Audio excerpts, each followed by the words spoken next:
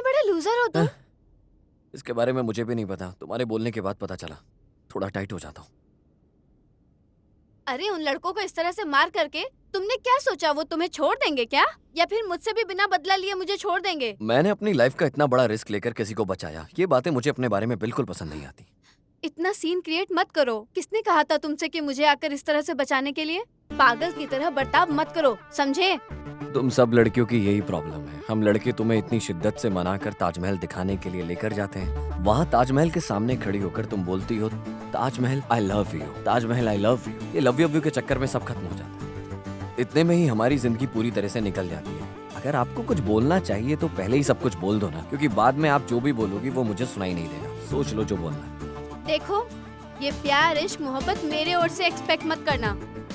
You have saved me. I can think of you as my best friend. That's it. मेरे पीछे पड़ना, मैं नहीं मिलती हुई इस बात को लेकर जान गंवा देना, ये सब मुझे बिल्कुल पसंद नहीं है। देखो, प्याज को काटते वक्त आंखों में आंसू आता है। इसका मतलब हम प्याज को काटना छोड़ दें क्या? एक पत्थर सिर्फ एक ही बार मंदिर के अंदर जाता है, बाद में भगवान बनकर उधर ही रह जाता है और पूजा जाता है। लेकिन इंसान हर रोज मंदिर जाते हैं और एक पत्थर की जिंदगी जी रहे हैं। ताकत तो इंसान की बातों में होनी चाहिए, बोलने वाली बातों में नहीं। अच्छा, तुम एक बात जानती हो, बॉर्डर पर जितने भी लड़के अपनी जान देते हैं लड़ते लड़ते, उससे ज्यादा तुम जैसी लड़कियों के प्यार में आकर मर जाते हैं। तुम अपनी जिंदगी में कभी नहीं सुधरने वाले हो। इधर ही रहोगे और ऐसे ही रहोगे तुम, समझ गए? सही है। ए, जैसे पतंग आकाश में उड़ती हुई अच्छी लगती है, जमीन पर पड़ी हुई अच्छी नहीं लगती, ऐसे ही तुम मेरे साथ अच्छी लगती हो, अकेले नहीं अच्छी लगती हो। और मैं कभी किसी और का नहीं हो सकता।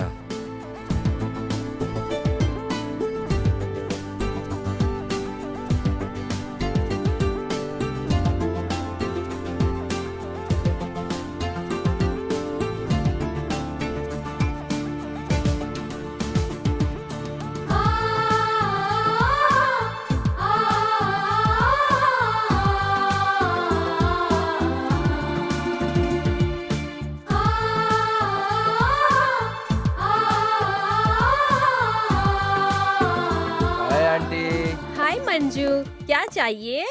थोड़ा करेंगे क्या? क्या है? Charge, recharge. पागल। पागल, क्यों इतना जल्दी पूरा खाली कर देते हो? हाँ आंटी, वो रात को है ना, कबड्डी खेल खेल के पूरा का पूरा खाली हो गया। मंजू, कभी भी आते वक्त इस तरह जल्दी जल्दी खाली नहीं आते, स्पेशली रात के टाइम में। वक्त का कोई भरोसा नहीं। अगर ऐसी कोई मुसीबत आएगी तो लोन ले लेंगे आंटी। मंजा, ये लो, तुम्हारा नंबर दबाओ। अरे सोनू, क्या कर रही हो? अरे बस नंबर। मंजू का रिचार्ज कर रही हूँ। ऐसी बात है क्या? ये तो हमारा ही लड़का है, नाम है मंजू। ये चाहे जिधर भी जाए लेकिन वापस घर ही आ जाता है। इतना ही नहीं, इसको कुछ भी बोलने से तुरंत कर देता है ना मंजू? हाँ आंटी, आप कुछ भी बोलिए, मैं सब काम कर दूंगा। सब काम करने की जरूरत नहीं है, बस जो काम के लिए बोला जाता है तुम उसे ही करो, बाकी के लिए मैं हूँ ना इधर। वैसे मंजू, इस बीच में तुम ऐसा क्या काम करते हो? मैं सब कुछ कर लेता हूँ, मोबाइल से रिलेटेड। हाँ? मंजू, तुम मोबाइल रिपेयरिंग भी करते हो क्या? हाँ आंटी। अगर ऐसा है तो तुम्हारे अंकल का भी जरा देखो।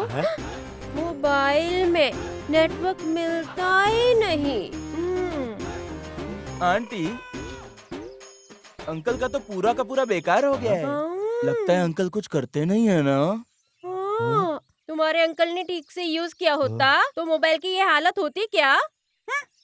कितना भी अर्जेंट क्यों ना हो, मैं खुद ही करती हूँ। ये तो सिर्फ देखते ही रहते हैं। मिस कॉल बनकर रह गई है मेरी जिंदगी। अरे, बड़े लोगों ने कहावत बोला है ना, पैसे के मिलते ही तुरंत खर्च करो, नहीं तो पैसे बेकार में ही खर्च हो जाएंगे। अंकल, आप भी एकदम पुराने जमाने के हो। अभी तो जियो सिम भी आ गया है और स्मार्टफोन भी आ गया है, और उसमें अनलिमिटेड कॉलिंग भी है। आप ये डब्बा फोन छोड़ के कोई स्मार्टफोन यूज कीजिए। अरे जाने दो, छोड़ो। कोई भी स्मार्टफोन हो या कोई भी फोन हो, नेटवर्क ही मिलता है, लेकिन बीच में स्विच ऑफ हो जाता है।